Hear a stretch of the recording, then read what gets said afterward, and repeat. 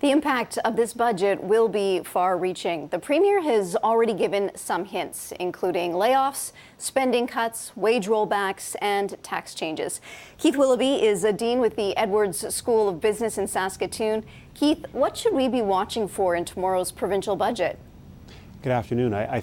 In looking ahead for this upcoming budget, I think residents of the province are keenly going to be interested in looking at the amount of potential tax increases we might see in terms of the volume of such increases, as well as where those tax increases are aimed.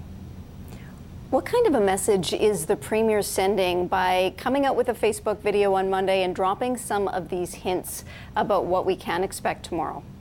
I think it's a wise approach in terms of the communication strategy to recognize that people throughout the province recognize what's happening. I think his use of social media is a way of reaching people quickly. At the end of the day, though, it will be the key in terms of the communication strategy that the message is consistent that comes from the government, both during as well as in the crucial few days after the budget's delivered. How would you evaluate how the government operates as a business? I'd evaluate it in terms of right now using its best ability to try to overcome the uncertainty that they're experiencing. We recognize that businesses all throughout the economy face business cycles where there are times of incredible success as well as times where events are not so successful. I think right now how I would evaluate them is looking at their ability to deal with these uncharted waters, this new territory, and trying to navigate as best they can. Do you have some sympathy for them wading through the financial challenges given what's happened to our resource revenues?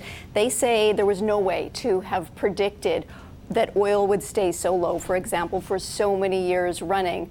Or do you think that they should have saved more, just some of the basics of economics, of saving in times of surplus and then having a little bit extra in times of want?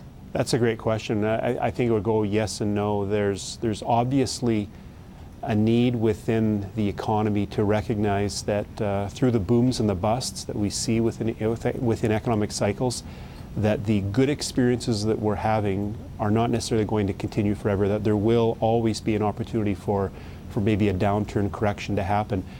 Where I see the government as being, looking back and perhaps myself wishing they could have done more, is in terms of recognizing that during those times of solid growth, that it's useful for them to manage the expectations of businesses, of the citizens of the province, to recognize that you need to appropriately plan for the future while you're enjoying the prosperity of today. And I think they're giving us the impression that that's what they're trying to do now with this 3-year plan to return to a balanced budget. What do you make of that? Well, it's an aggressive goal, recognizing we have had a downturn in the resource sector for the past few cycles. The message remains to be seen in terms of whether or not the 3 years will be sufficient for them to balance the budget. It's an appropriate goal to message now. I think it gives citizens a chance to look forward to the future, but also recognizing that if we don't see progress over the next budget period, then that could introduce further uncertainty and anxiety into the minds of the citizens and companies in the province. Thanks for your time this afternoon, Keith. I appreciate it. Thank you very much.